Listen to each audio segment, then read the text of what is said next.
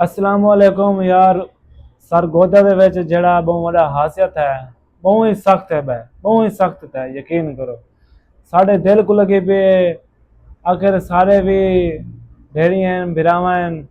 उन्हें बाद ये जड़ा हासियत है बहुत गंदा था। सीसीडी पंजाब पुलिस को हम सलाम पेश करते हैं।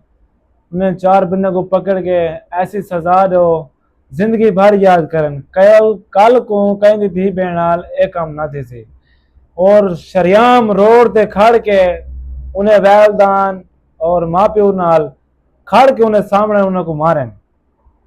बहुत बड़ा अफसोस है यार ये गाल सुन के।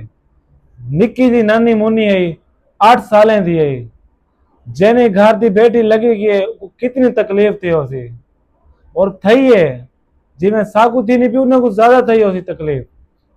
इन्हें को रोड ते खड़ के शरियाम मारा उन्हें। इन्हें को ऐसा मारो जिंदगी भर याद करन कहीं दी बहन एक काम ना थी वे।